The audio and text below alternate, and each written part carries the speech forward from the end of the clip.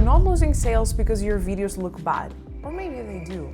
The real reason why you're losing sales is because your videos don't say anything. Every week I see brands spending thousands of dollars on aesthetic content, cinematic lighting, trending transitions, perfect B-roll, and then they wonder why conversions don't move. That's because pretty doesn't equal profitable. The truth is, unless you're a filmmaker teaching what you do, your audience doesn't give a shit about your transitions. They care about whether your product or service solves their problems. You're speaking in visuals, but your customer is thinking in pain points. In marketing psychology, attention is currency.